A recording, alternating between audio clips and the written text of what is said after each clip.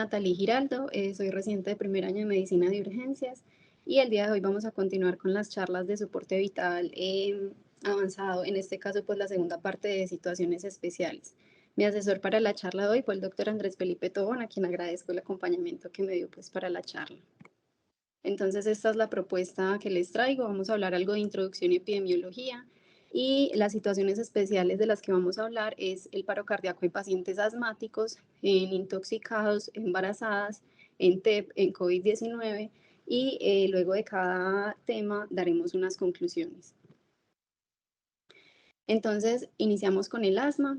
En cuanto a la epidemiología del asma, tenemos que es una enfermedad que afecta aproximadamente 260 millones de personas alrededor del mundo y que para el año 2019 murieron 416.000 personas por esta causa.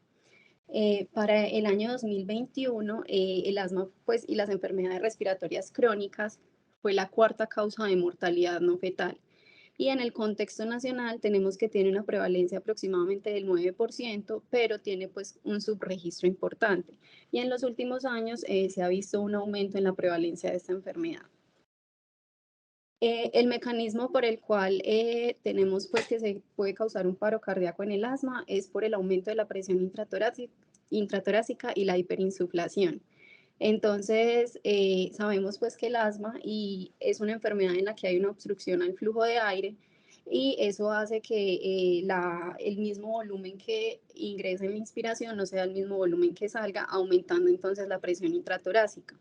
Eso lleva a que haya un aumento de la presión en la aurícula derecha y una disminución en el retorno venoso, que finalmente va a causar una disminución del gasto cardíaco. Y también va a llevar a un aumento de la resistencia vascular pulmonar y de la presión del ventrículo derecho, haciendo entonces que el aumento en la presión del ventrículo derecho altere el llenado del ventrículo izquierdo y también se genere pues, la disminución del gasto cardíaco, la hipotensión y el posterior paro cardíaco. Entonces, tanto en la guía europea como en las guías de la AJA nos hablan al principio del asma como de la forma en que podríamos prevenir que el paciente entre en paro.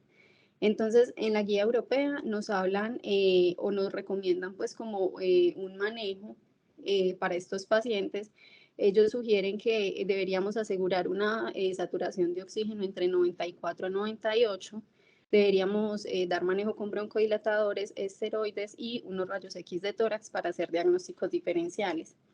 En los casos en los que no haya mejoría con estas medidas, entonces ellos consideran o sugieren usar sulfato de magnesio y aumentar la frecuencia de los broncodilatadores. Obviamente estos pacientes deben permanecer monitorizados, como les dije desde el principio, asegurando una saturación entre 94 y 98% y vigilando pues en los gases arteriales la presencia de hipoxemia, de hipercapnia, y monitorizando en todo momento pues los signos vitales del paciente. Si definitivamente el paciente continúa deteriorándose, persiste la hipoxemia, la hipercapnia, la alteración del estado de conciencia y el aumento del esfuerzo respiratorio, entonces ellos sugieren trasladar a UCI para iniciar pues soporte ventilatorio. Con respecto a la recomendación de la guía de la AJA, ellos la prevención que hace, pues la recomendación que hacen sobre la prevención, pues ya en un contexto como donde el paciente ya está un poquito más inestable, y entonces ellos dicen que en caso de que detectemos autopip en el ventilador o que el paciente se esté deteriorando hemodinámicamente, podríamos considerar desconectarlo, pues suspender la ventilación mecánica por unos segundos e iniciar compresiones torácicas con el fin de liberar la presión intratorácica y que así el paciente no entre en paro. Estas recomendaciones están basadas pues como en unos reportes de casos en donde se vio que cuando se suspendió la ventilación mecánica, los pacientes retornaron a la circulación espontánea. Entonces, este es uno de esos reportes de casos que se publicó en 1996, donde seleccionaron 34 pacientes que tuvieron asistolia. De esos 16 pacientes, gracias pues a la necropsia se vio cuál era la causa de la asistolia, y 18 pacientes no tuvieron pues como una causa clara de la asistolia. De esos 18 pacientes, 13 estaban por alguna patología de obstrucción de la vía aérea y tuvieron autopip en algún momento pues como de la estancia hospitalaria. Y de esos 13 pacientes, 3 tuvieron retorno a la circulación espontánea luego de que se suspendieron las maniobras de reanimación y la ventilación mecánica. Entonces, en este artículo, ellos sugieren que la pausa ventilatoria que deberíamos hacer en estos pacientes sería de 10 a 30 segundos aproximadamente. Y este es el otro reporte, que es de 1991, es un paciente epocoso que también pues estaba con soporte ventilatorio, entró en paro, iniciaron pues maniobras de reanimación, el paciente no salió, suspendieron las maniobras, suspendieron la ventilación mecánica y posteriormente el paciente retornó a la circulación espontánea. Entonces, en estos casos ellos nos sugieren una pausa ventilatoria de 15 a 30 segundos. Y este efecto pues, que se describió en estos artículos es conocido como el efecto Lázaro. Bueno, la otra recomendación de la guía, pero ya pues en el contexto cuando el paciente está en paro, es que pues por el aumento que van a tener estos pacientes en la presión inspiratoria pico, o cuando el paciente sea muy difícil de ventilar, debemos sospechar un neumotórax. Obviamente pues en el contexto del paro, esta sospecha y este diagnóstico debe ser pues netamente clínico, y en caso de tener alta sospecha, entonces deberíamos manejarlo como tal. Y debido pues como a los efectos del autopip que ya hemos explicado anteriormente y el riesgo del barotrauma, estos pacientes se deberían tratar con unos parámetros ventilatorios que tengan una frecuencia respiratoria baja, una relación IE de 1 a 3 o hasta 1 a 5, sugieren en algunos artículos, y unos volúmenes corrientes razonables. Bueno, entonces a manera de conclusión tenemos que en el asma la atención de cualquier paciente con paro cardíaco en el contexto de una exacerbación aguda del asma comienza con el soporte vital básico estándar, pues estando en un contexto extrahospitalario. Con respecto al soporte vital avanzado, no existen cambios específicos con respecto al que se hace en la población general, y el manejo de las vías respiratorias y la ventilación cobran mayor importancia en estos pacientes, pues obviamente porque la causa del paro en ellos está pues a nivel pulmonar.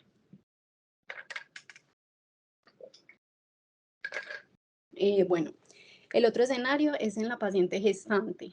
Entonces tenemos que en Estados Unidos se presenta un paro cardíaco en la gestante por cada 12.000 partos, que la mortalidad puede ser muy variable, entre 1 en 3.395 y 1 en 20.000, y la sobrevida al alta es del 58.9%.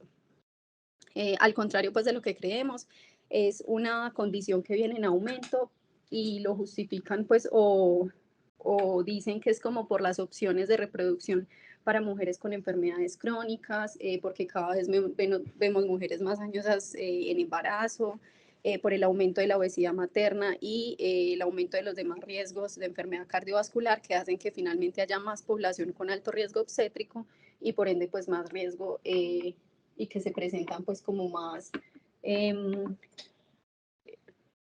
con más riesgo pues de presentar un paro cardíaco. En el contexto nacional, entonces tenemos que en Colombia, durante el 2009 al 2012 hubo una estabilidad en la mortalidad materna, tanto en las muertes totales como en las muertes tempranas. En el 2013 hubo una disminución, y en el 2014 en las muertes totales hubo un pico.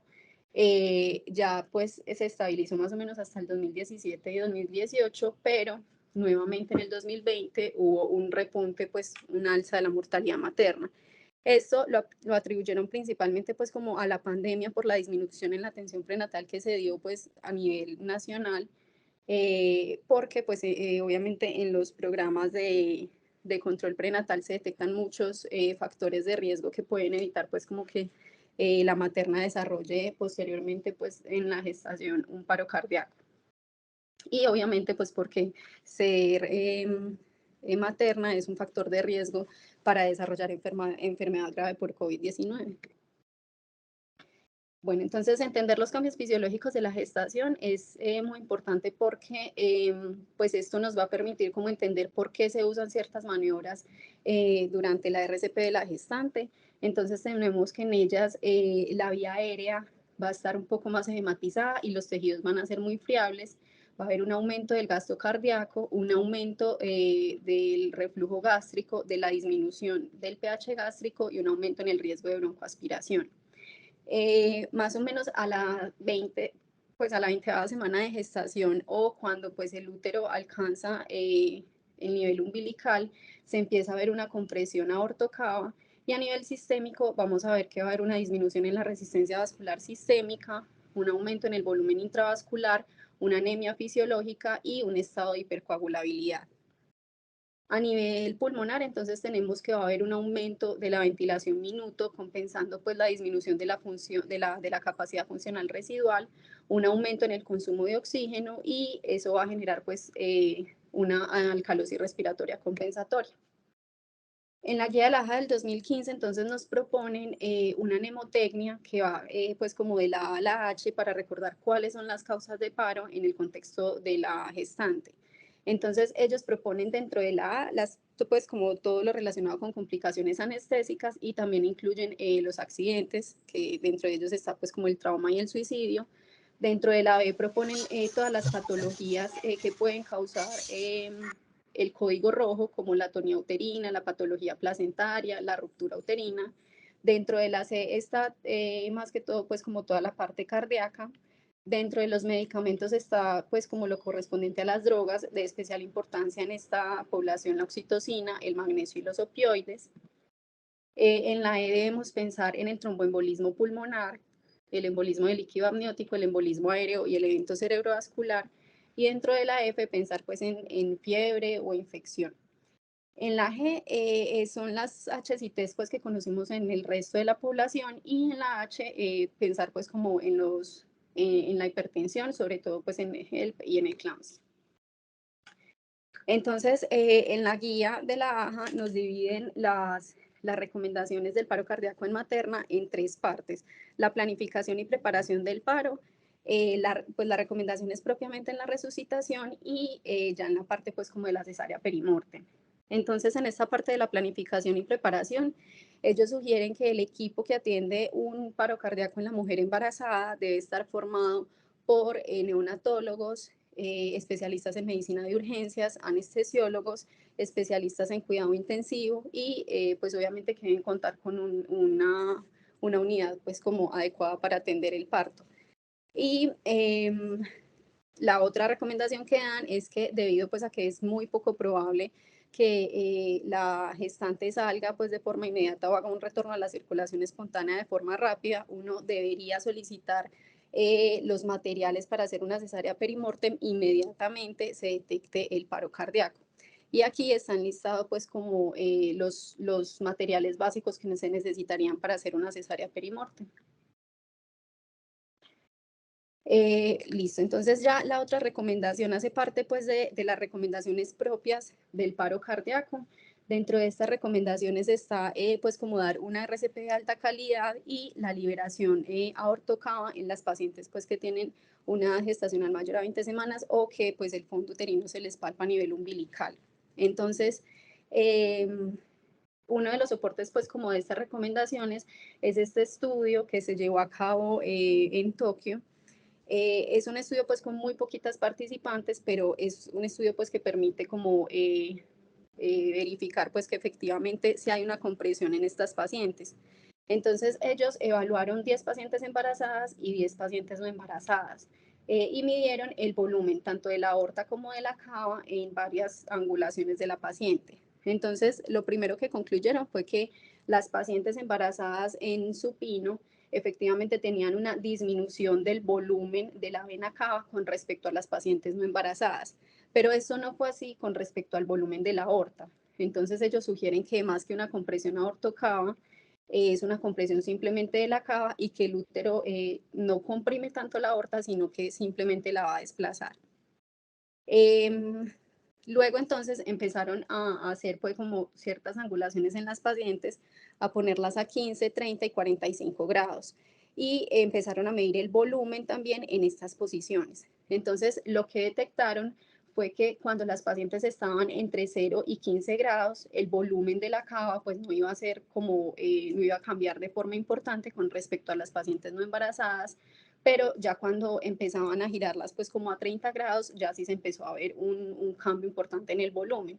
Entonces, de ahí es que antes se sugería pues hacer como vemos en esta imagen inferior derecha, cómo usaban pues como unas tablas para posicionar a la paciente a 30 grados, sin embargo es obvio que se comprometía la calidad de la reanimación.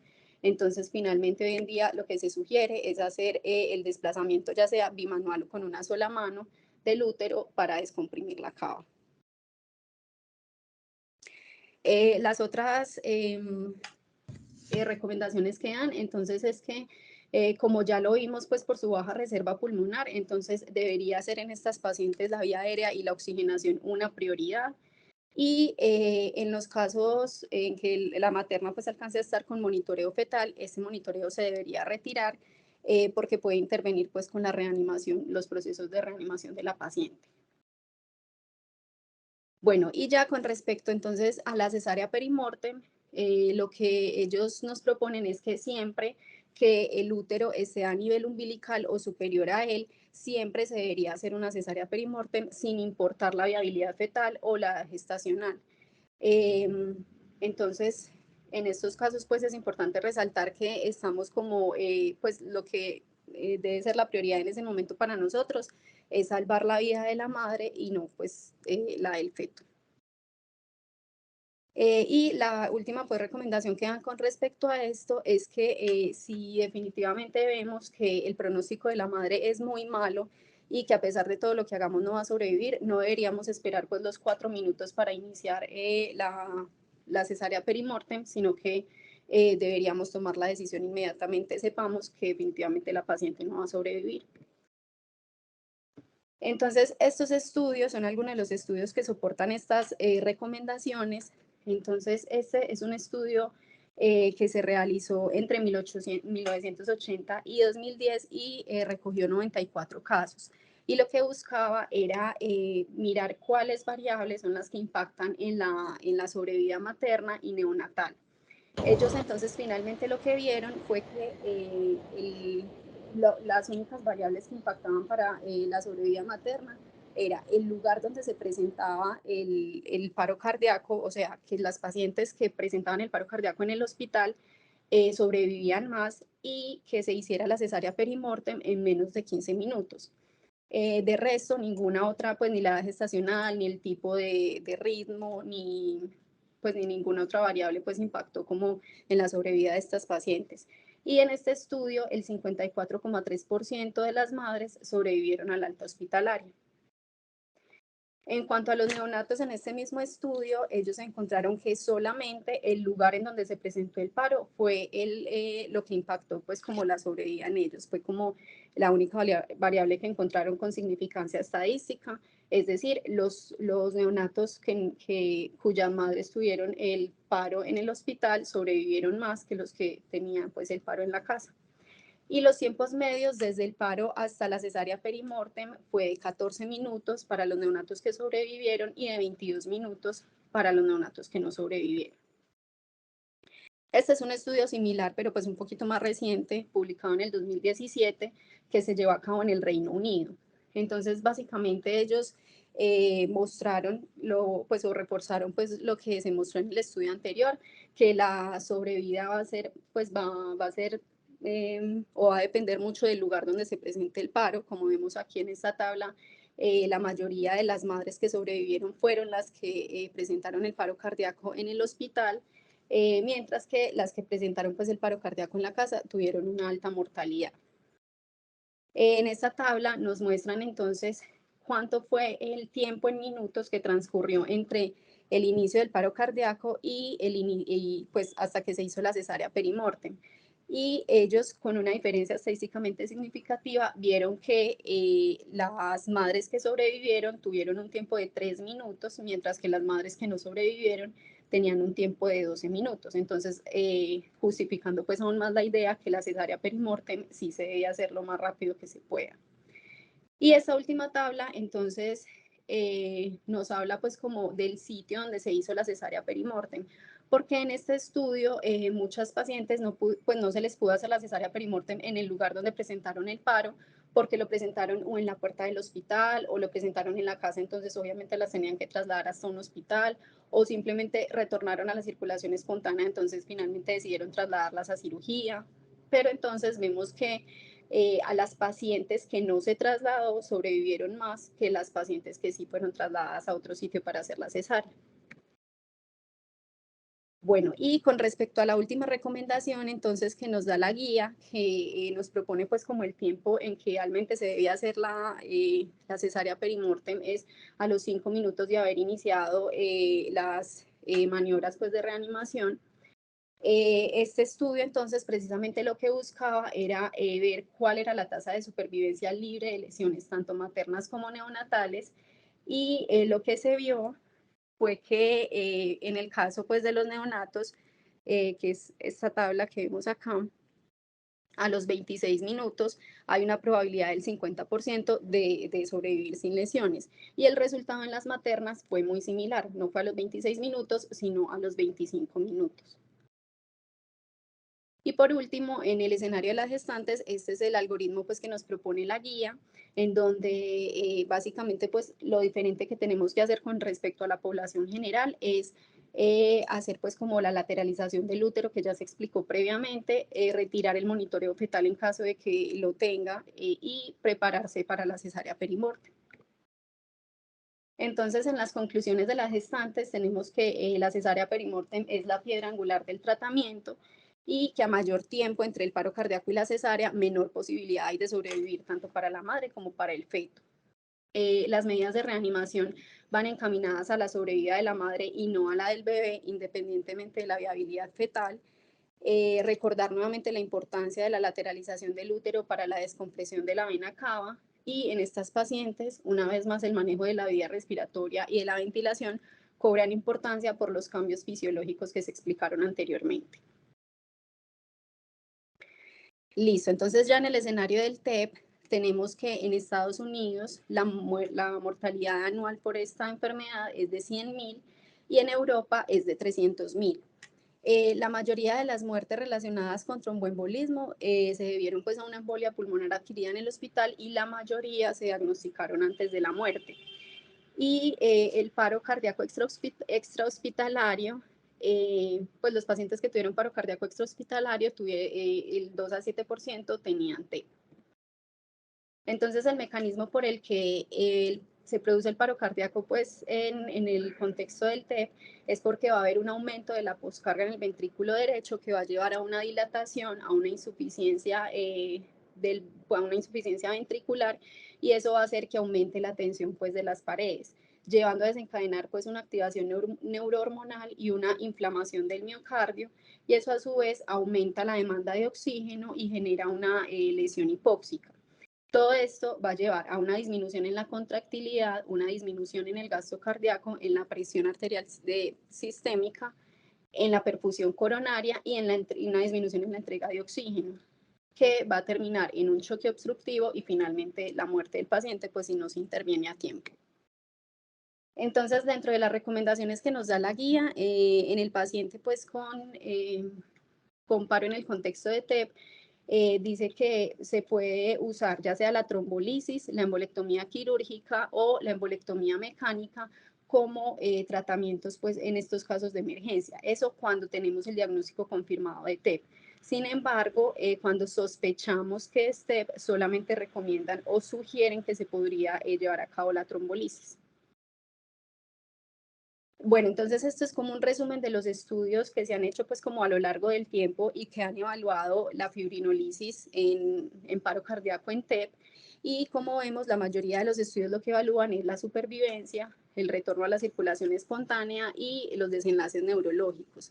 Entonces, la evidencia pues es muy controvertida, como podemos ver, por ejemplo, en el retorno a la circulación espontánea, en estos dos artículos, pues son estos dos estudios, sí tiene pues como un impacto la fibrinolisis acá, pero por ejemplo en este estudio, que es el estudio Troika, no tuvo pues como un impacto en este desenlace. Y lo que en sí han coincidido todos los estudios es que en el desenlace neurológico no impacta pues la fibrinolisis. Con respecto a la supervivencia al alta, también pues hay cosas como debatibles. Por ejemplo, este estudio, la supervivencia a 30 días, muestra que sí tiene impacto, pero en la supervivencia al alta en este estudio no. Es importante recordar que obviamente pues estos estudios tienen muchas limitaciones, sobre todo pues por el número de pacientes que incluyen, porque obviamente los dilemas éticos que supone estar pues o hacer investigación en pacientes con paro cardíaco. Aquí es importante resaltar que este estudio, el estudio Troika, que es uno de los estudios más que ha involucrado pues como más pacientes de trombolisis intraparo, no solo involucró pacientes con TEP, sino pacientes con trombosis coronaria. Entonces, y lo otro importante de este estudio fue que no se realizó con alteplase, sino con tenecteplase. Entonces, estos son los resultados del estudio. El desenlace principal de ellos fue la supervivencia a 30 días, que como podemos ver no demostró pues como un desenlace estadísticamente significativo, al igual que el retorno a la circulación espontánea. En lo único que se obtuvo pues como un desenlace, una diferencia estadísticamente significativa fue en la hemorragia intracraneal, en donde el grupo de la trombolisis tuvo mayor hemorragia que el grupo pues al que no se le dio trombolisis. Y por esta causa, entonces, se debió suspender el estudio, pues porque no estaba mostrando como resultados e incluso antes tuvieron que modificar el protocolo porque tuvieron que excluir a todos los pacientes que estaban presentando asistolia porque todos estaban falleciendo. Pero entonces de este estudio sale como el análisis de este subgrupo de pacientes con TEP, en donde se evidencia que los pacientes que se les aplicó tenecteplase, pues tuvieron como un beneficio. Pero pues es importante como analizar en este contexto que de 1.050 pacientes que incluyó el estudio, 37 pacientes tuvieron TEP y de ellos solamente a 15 se les aplicó tenecteplase y 2 sobrevivieron a 30 días, mientras que en el grupo placebo solamente 22 tuvieron TEP y ninguno sobrevivió. Entonces, pues es como muy apresurado, pues decir como que solo por este grupo, entonces la trombolisis sí sirve en estos pacientes. De estudios más actuales, entonces tenemos este estudio que lo que buscaba era medir pues como la mortalidad en pacientes con TEP y sin TEP y buscaba pues también como otros desenlaces. Entonces eran 996 pacientes, de ellos 909 no tenían TEP y 87 tenían TEP. Y de esos 87 a 56 se les hizo a 51 pacientes se les hizo trombolisis y a 33 no se les hizo trombolisis. Entonces ellos buscaban evaluar como la supervivencia de estos pacientes y efectivamente pues se encontró que no había una diferencia estadísticamente significativa cuando se les administró pues la trombolisis a los pacientes que tenían un paro pues cardíaco por TEP. Y en cambio, sí produjo pues como algunos efectos, como por ejemplo el 37.9% de estos pacientes desarrollaron complicaciones hemorrágicas que requirieron transfusión y el 9.1% desarrollaron una hemorragia intracraneal. Sin embargo, pues la evidencia sigue siendo controvertida porque este otro estudio más reciente, que escogió pues como una cohorte de 64 pacientes de Suecia, mostró que 48 pacientes fueron asignados pues al grupo sin trombolisis y 16 pacientes al grupo con trombolisis. El objetivo de ellos era evaluar estos desenlaces, pues como supervivencia al alta, que estuviera pues vivo al final de la RCP y sangrado menor. Todos con un desenlace estadísticamente significativo, pero aquí también es muy importante ver que los desenlaces neurológicos que los midieron pues como con estas escalas, ninguno tiene una diferencia estadísticamente significativa. Entonces eso sí es algo como que podemos concluir de todos los estudios que la trombolisis no impacta en los desenlaces neurológicos de los pacientes. Entonces, con respecto al TEP, tenemos que no hay evidencia de superioridad sobre el uso de trombolisis versus la trombectomía mecánica o la embolectomía quirúrgica. Entonces, se debe realizar pues el que esté más disponible y más rápido para el paciente, que en nuestro medio generalmente siempre será la trombolisis. Durante la reanimación cardiopulmonar en TEP se debe reanimar por un tiempo más prolongado y los pacientes con TEP generalmente van a cursar con ritmos no desfibrilables. En el contexto de intoxicaciones, entonces, hay obviamente intoxicaciones por múltiples sustancias y múltiples medicamentos. Hoy vamos a hablar específicamente de dos, de la intoxicación por opioides y de la intoxicación por anestésicos locales. Pero es importante pues mencionar, como lo menciona la guía, estas sustancias, que si bien pues daría como para hablar en una charla de cada una, pero pues no es el propósito de esta reunión. De los benzodiazepinas, entonces es importante recordar que no se debe administrar el flumazenil porque eso puede precipitar convulsiones, síndrome de abstinencia, arritmias y empeorar pues el pronóstico del paciente.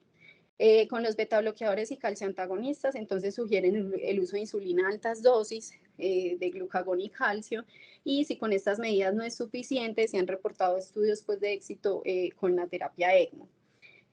Con respecto a los bloqueadores de canales de calcio y antidepresivos tricíclicos, se indica el bicarbonato de sodio, en el monóxido de carbono el oxígeno hiperbárico, en la digoxina anticuerpos antidigoxina FAB y en el cianuro la hidroxicobalamina y el oxígeno al 100%. Entonces, en la intoxicación por opioides, tenemos que es un problema pues, de salud pública en Estados Unidos y que 115 personas mueren diariamente en ese país por el consumo de opioides.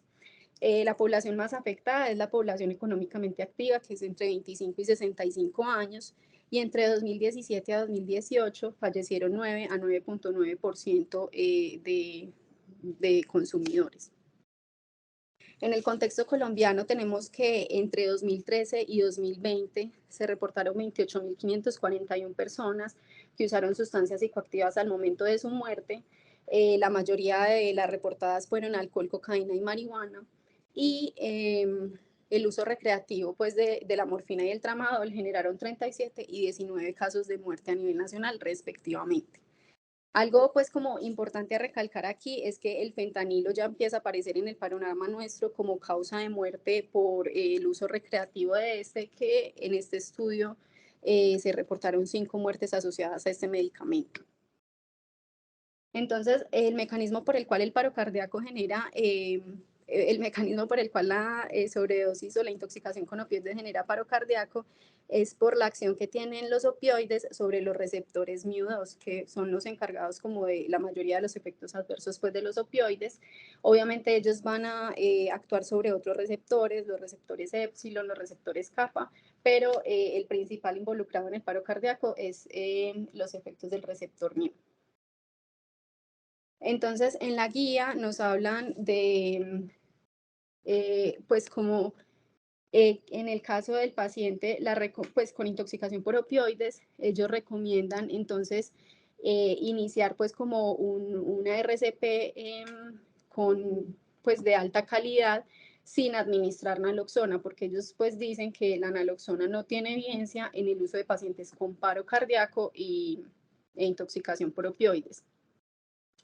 Dice pues también que uno no debería esperar a que el paciente responda tras la administración de naloxona, o que si responde no debe como cancelar pues la activación del sistema de emergencias, porque estos pacientes podrían entrar en paro incluso luego de salir por la recirculación pues del opioide. Y en pacientes en los que se sospecha una sobredosis por opioides y que tiene pulso, es decir, en el paciente que está en un paro respiratorio, sí es razonable la administración de naloxona, y aquí pues sí se ha visto el beneficio de la misma. Entonces, hay varios reportes de casos pues publicados sobre el uso de la naloxona intraparo. Uno de ellos es este, en donde se administró a 42 pacientes con paro cardíaco por opioides naloxona. 21 de ellos no respondieron, mientras que 15 pacientes respondieron, 7 respondieron de forma temprana, 8 pues como de una forma más tardía. Pero finalmente ellos concluyen que obviamente pues no tienen como un soporte para el uso rutinario de la naloxona en el ataque, en el paro cardíaco, pero que debido a que la baja tasa de retorno a la circulación espontánea en el contexto de paro cardíaco por opioides, se debería considerar el uso de la naloxona, dado que cualquier intervención potencial que lleve al ritmo en estos casos es una intervención razonable, y que los efectos adversos de la naloxona pues podrían, o sea, que el beneficio podría ser mayor que el riesgo. Entonces, este es el algoritmo que nos proponen en la guía. Lo que decíamos, pues, de que si el paciente tiene pulso, entonces está pues ante un paro respiratorio y aquí sí se debería dar la naloxona como una de las primeras opciones, mientras que si el paciente no tiene pulso, entonces está en un paro cardíaco y deberíamos iniciar RCP básico y avanzado pues con las maniobras que conocemos normalmente. Si definitivamente vemos que se le está dando una RCP de alta calidad y el paciente, y pues tenemos el personal suficiente, se podría considerar y administrar la naloxona, pero nuevamente teniendo en cuenta que esto no comprometa la calidad de la reanimación. En el caso de la intoxicación por anestésicos locales, entonces tenemos que la incidencia de intoxicación sistémica por anestésicos locales durante el bloqueo periférico varía entre 0.34 a 0.37 por 1000 bloqueos. Y la guía ecográfica reduce de manera importante pues, el riesgo de esta intoxicación entre un 60 y un 65%. El riesgo de intoxicación es mayor con la bupivacaína que con la lidocaína. Sin embargo, pues como la lidocaína es más ampliamente usada, muchas veces vamos a ver pues como que se puede asociar pues más a la lidocaína, pero es simplemente pues como por algo del uso. Entonces, el antídoto, pues en estos casos, cuando el paciente está en paro por intoxicación por anestésicos locales, serían las emulsiones lipídicas. Todavía no se conoce muy bien cuál es el mecanismo de acción pues, de estas emulsiones, pero se ha visto que, o una de las teorías que proponen es que funcionan por una atracción electroestática, porque las moléculas de los anestésicos locales son solubles en grasa y están cargados de forma positiva, mientras que las emulsiones lipídicas tienen una carga negativa. Entonces, finalmente ellas lo que hacen es atrapar esas moléculas en los órganos de alto flujo, que es donde se concentran, es decir, a nivel del sistema nervioso central y cardíaco, y las llevan y lo redistribuyen a los órganos donde se puede almacenar y eliminar esta droga, que serían pues como el músculo y a nivel hepático. Entonces, esta es una revisión sistemática en la que se reportaron pues como varios casos de intoxicación por anestésicos locales. Como vemos, la mayoría, pues el 33% estuvo asociada por la bupivacaína, luego la bupivacaína y posteriormente la lidocaína y ya luego pues como la combinación de varias. Y el desenlace en estos casos fue un total de 18 pacientes, 16 de ellos sobrevivieron, que correspondía al 89%, y el 11%, o sea, 2 pacientes, fallecieron.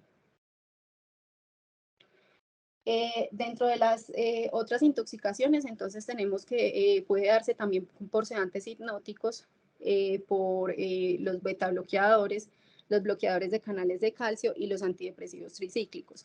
En todos estos medicamentos también se ha probado el uso de las infusiones lipídicas, las emulsiones lipídicas para tratar pues, las complicaciones asociadas a la cardiotoxicidad y neurotoxicidad. Sin embargo, pues la guía no lo recomienda en el contexto del paro, pero es importante tenerlos en cuenta porque así han habido pues como muchos reportes de casos, por ejemplo, sobre todo en los antidepresivos tricíclicos, en los que uno podría tratarlos antes de que el paciente llegue al paro, pues cuando esté como con la cardiotoxicidad o la neurotoxicidad.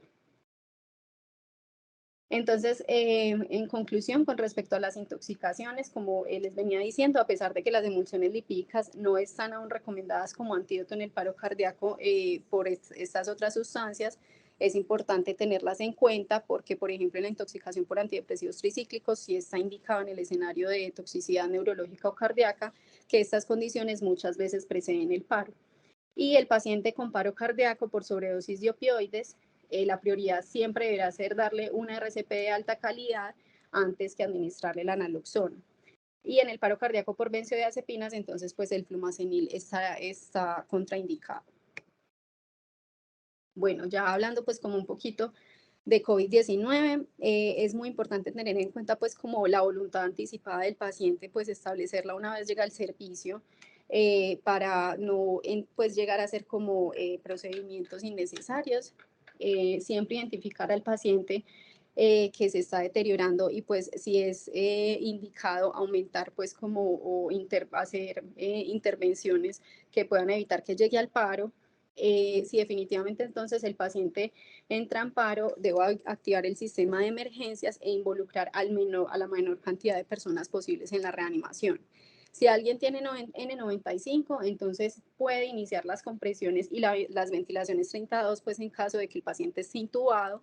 Si no está intubado, entonces sugieren pasar un dispositivo supraglótico que esté conectado pues a un filtro EPA, y también sugieren que la ventilación esté dada por dos personas, una persona que asegure bien el adecuado sello de la mascarilla y la otra persona que esté dando ambú.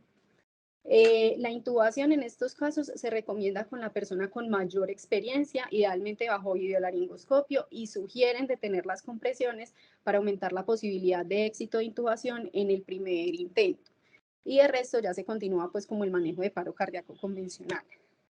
Aquí nos sugieren pues como algunas cosas especiales en la ventilación en ellos, entonces nos sugieren que el paciente no se debe desconectar del ventilador, pues por el riesgo de generar aerosoles, que en estos pacientes los parámetros, pues los parámetros ventilatorios podrían ser pues en un modo asistido controlado por volumen, con una FIO2 al 100%, una frecuencia respiratoria de 10 y un PIP de 0, ajustar las alarmas, pues como para evitar que generen tanto ruido en el escenario pues del paro cardíaco, un filtro EPA pues tanto para el circuito inspiratorio como para el expiratorio, y cuando no se tenga pues el acceso a desfibriladores pues de parches, entonces en esos casos sí debo desconectar del circuito respiratorio para dar la descarga. Y algo pues que pasaba en los pacientes con COVID de forma mm, con cierta frecuencia, es que el paciente en prono pues que entraba en paro. Entonces en el caso del paciente que estaba en prono intubado, podemos iniciar la reanimación así en prono, ubicando las manos a nivel interescapular y también ubicando pues ahí ya sea las palas o los parches pues para dar la descarga. Y la única indicación para supinar al paciente sería que el paciente esté extubado o que definitivamente con las maniobras que estamos haciendo en prono, el paciente pues no esté retornando a la circulación espontánea. Entonces, a manera de conclusión, tenemos que la evidencia actual disponible para recomendar intervenciones en pacientes con paro cardíaco y situaciones especiales es pobre, en gran medida por el dilema ético que suponen las investigaciones en estos escenarios. A pesar de que el paro cardíaco en situaciones especiales es poco común, el personal de salud que atiende estos casos debe estar en constante entrenamiento porque muchas de estas intervenciones son tiempo dependientes y la prevención juega un papel importante en muchas de las situaciones especiales y podrían evitar el desarrollo del paro cardíaco y sus consecuencias. Muchas gracias.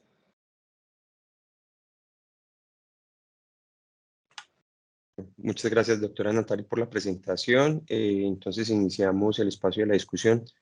Le pedimos entonces al público que vaya a participar, levante la mano para darles el orden de participación.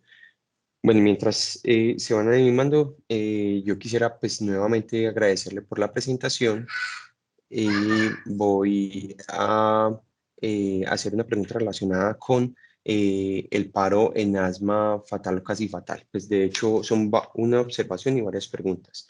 La primera está relacionada con los pacientes que presentan paro cardiorrespiratorio y en el contexto de asma, usted mencionó un elemento muy importante que es el de el paro y el autopip.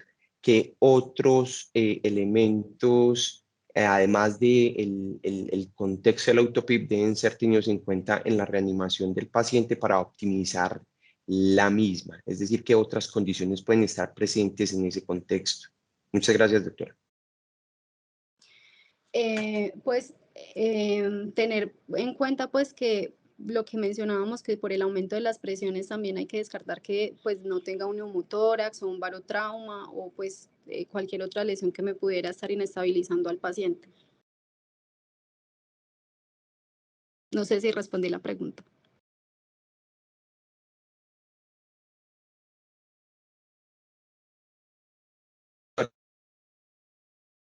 sí tiene un poquito la información relacionada con esos elementos que también son frecuentes y que pueden estar presentes en este paciente, que si bien sean altas presiones y volúmenes durante el proceso de reanimación, pueden incluso entorpecer la reanimación misma de los pacientes con asma y que presentan paro cardiorrespiratorio.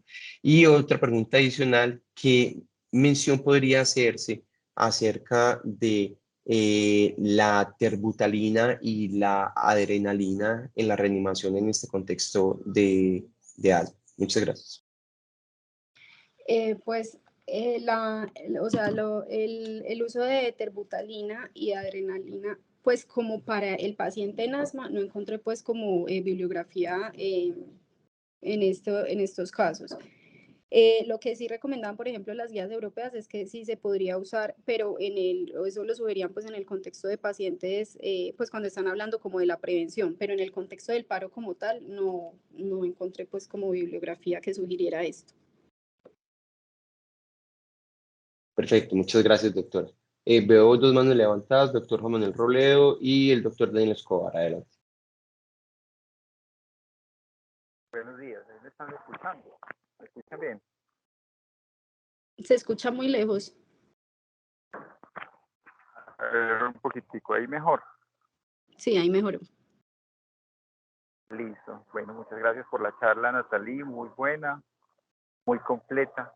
Me gustó que abordaste pues como con calma todos los temas y hay puntos claves muy importantes. Yo creo que voy a empezar respondiendo la pregunta de Vallejo, y es que sí hay evidencia muy escueta del uso de adrenalina y terbutalina en el paciente con asma casi fatal o con asma fatal que entra en paro.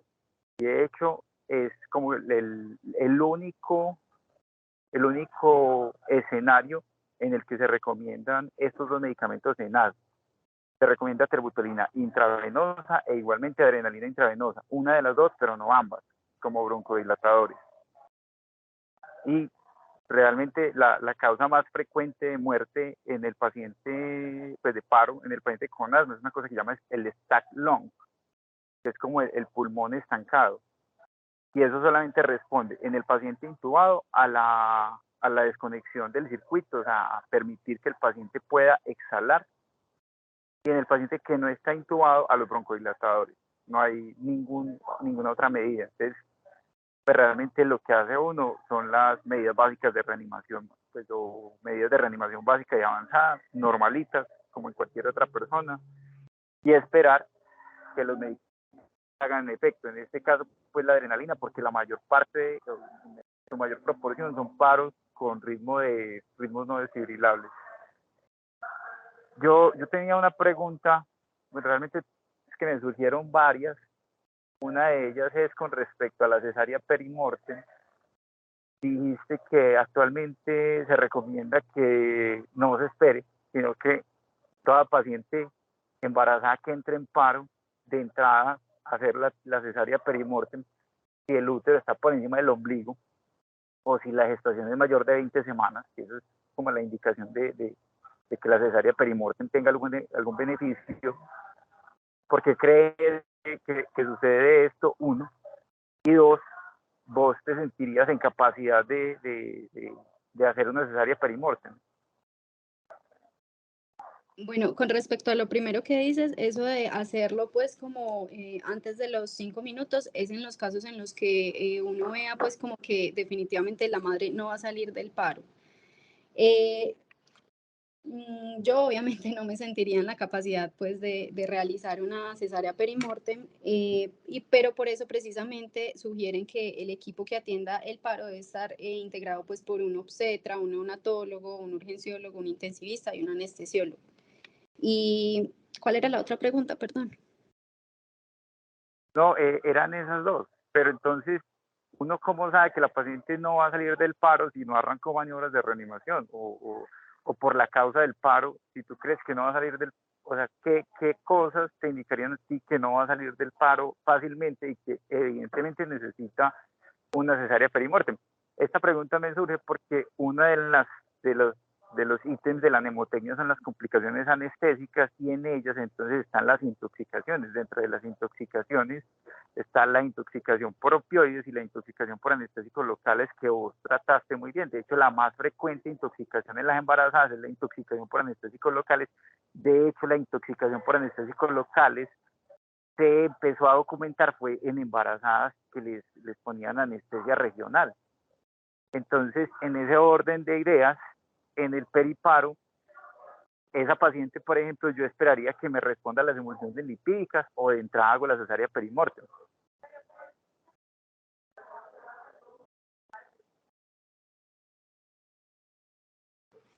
Sí, pues lo del contexto en que yo sé que una paciente no va a salir es, por ejemplo, pues cuando tengo una paciente, no sé, pues con un trauma muy, muy grave que veo que no va a salir, o no sé, no se me ocurre nada más en este momento, pero en esos casos, por ejemplo, que tú mencionas, efectivamente, pues uno no esperaría, o sea, no haría una cesárea pues como tan rápido, o por lo menos lo que propone la guía es que en esos casos que uno piensa que sí va a salir, pues no es necesario iniciar la cesárea pues inmediatamente, porque como tú dices, uno esperaría que salga, por ejemplo, en esos casos en los que hay antídoto o hay manejo para la situación específica. Pero entonces yo opino todo lo contrario. Pues, a ver, a lo que yo iba es que planteaste una tesis, pero no la estás defendiendo. Entonces, yo realmente opino todo lo contrario. El primer estudio que se hizo de cesáreas perimortem por allá en los años 70 demostró que si una mujer embarazada entra en paro y tiene más de 20 semanas, esa paciente no va a salir del paro hasta que no le saquen el niño. ¿Por qué? Porque las maniobras de reanimación dependen del retorno venoso, y vos ya explicaste fisiológicamente cómo funciona. Entonces, si bien yo le puedo poner emulsiones lipídicas, realmente la reversión de las emulsiones lipídicas no van a mejorar el retorno venoso de esa paciente. Puede que reanude la actividad cardíaca, pero yo necesito a mejorar el retorno venoso. Por eso yo creo, y siempre lo he dicho en esas reuniones, que lo que se decía tradicionalmente, que es en el primer minuto pedir el equipo de cesárea perimortem, y en los primeros 5 minutos empezar la cesárea, es demorado. O sea, la cesárea debería iniciarse inmediatamente y simultáneamente con las maniobras de reanimación. Ese ha sido mi pensar desde hace mucho tiempo. La otra pregunta que tengo es, ¿por qué crees que al tenecteplasa le va mejor que al alteplasa en los pacientes con paro y sospecha o confirmación de tromboembolismo pulmonar? ¿Y qué diferencias crees que hay o que hubo en esos pacientes que tenían, pues en ese estudio, en el que incluyeron TEP, no recuerdo si fue el Troika o el Peito, que incluyeron TEP y además incluyeron trombosis coronaria? ¿Cómo crees que eso puede afectar los resultados?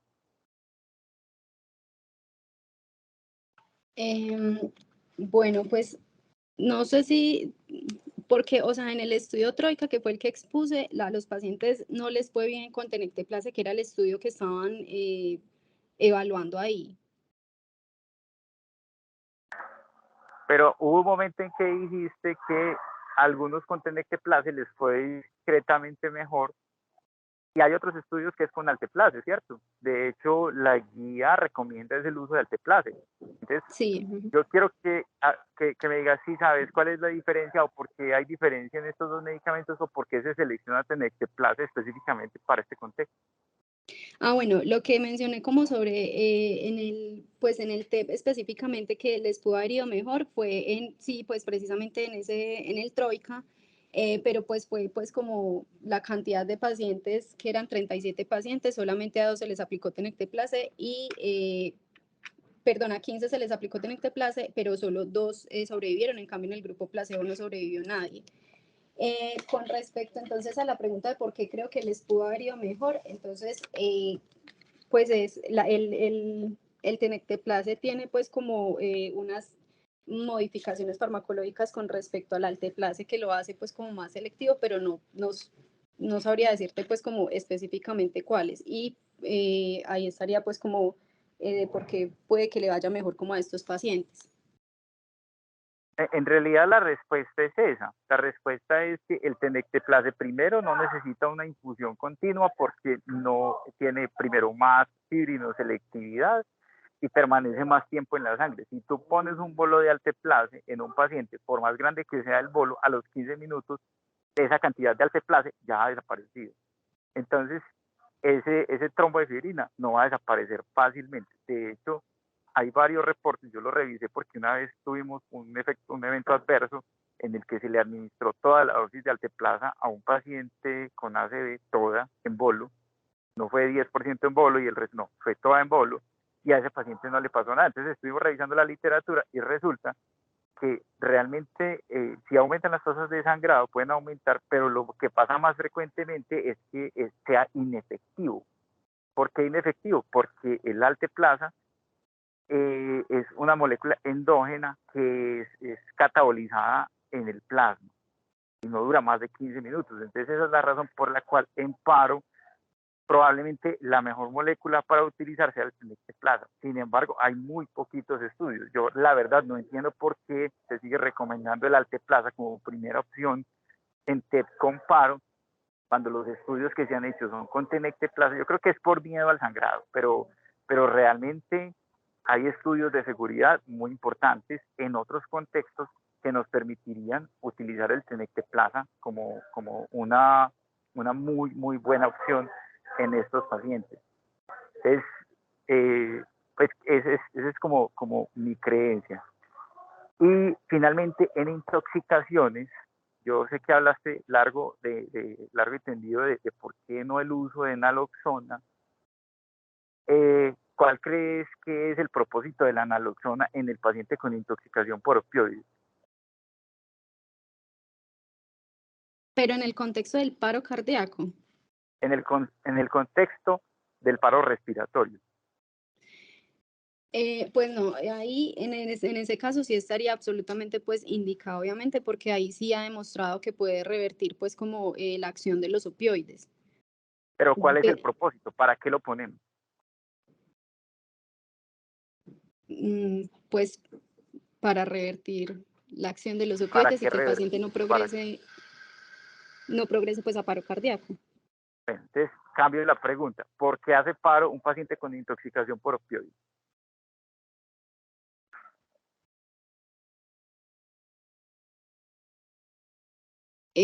Pues primero hace el paro respiratorio que lo lleva finalmente al paro cardíaco.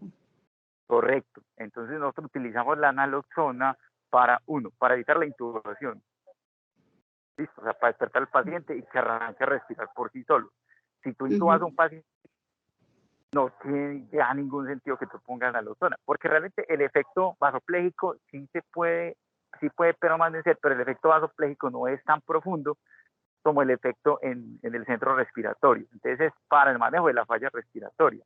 Si tú ya no manejaste la falla respiratoria, el tratamiento de eso es maniobras de reanimación con intubación temprana, porque lo que lleva al paro a ese paciente generalmente es la hipoxia.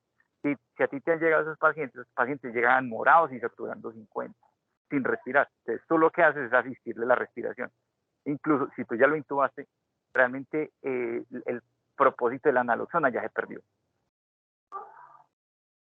No sé Sí, si me hago en cuál es mi idea con el naloxona. Y perdón por sí, sí, haberme ajá, de extendido, de acuerdo. nuevo, Natalia. No es, pues, me parece excelente la charla. Simplemente me gusta como fortalecer esos puntos que vos aclaraste muy bien. Listo, muchísimas gracias. Listo, gracias a ti. Doctor Daniel Escobar.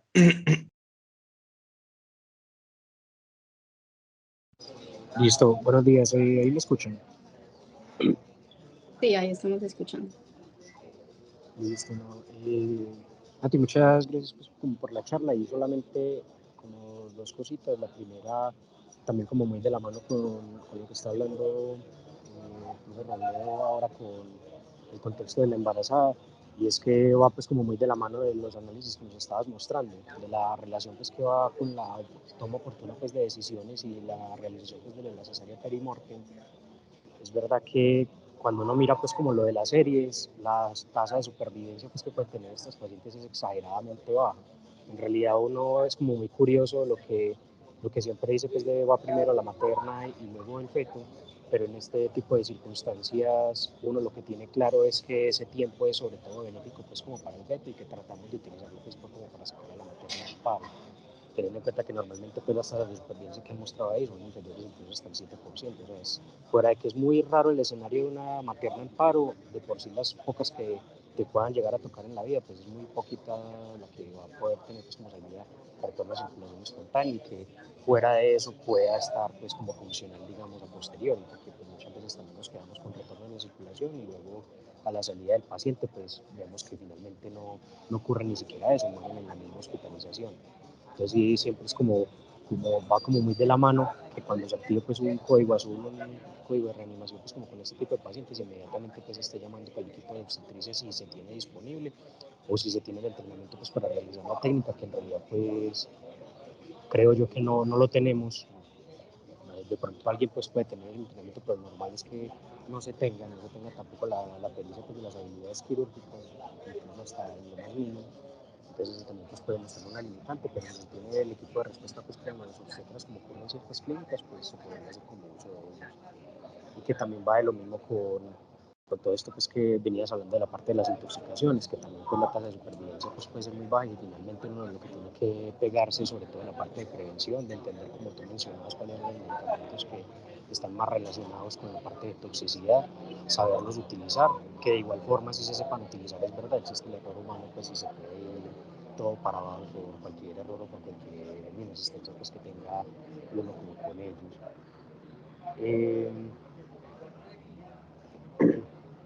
No, pues la verdad, Nati, pues muchas gracias. Me gustó bastante la charla y bueno, feliz día. Muchas gracias. Bueno, muy bien, no hay más manos levantadas y tampoco hay comentarios en el chat. Bueno, doctora Natalie, para ir cerrando, bueno, doctora Andrés Tobón levantó la mano y ya entonces cerramos con esta intervención. Adelante, doctor. Buenos días, Natalie. Muchas gracias por la charla, muy buena. Me consta pues la dedicación que tuviste y cómo compactaste toda la información para que fuera clara y explícita. De todas maneras, en este tipo de actividades siempre nos van a quedar dudas, nos van a quedar preguntas y ese es el día a día, el tratar de, con estas actividades o en otras, pues tratar de solucionarlas, pero me parece que abordaste muy bien el tema y fue muy conciso. Solamente eso tenía por decir. Muchas gracias. Gracias, Tom.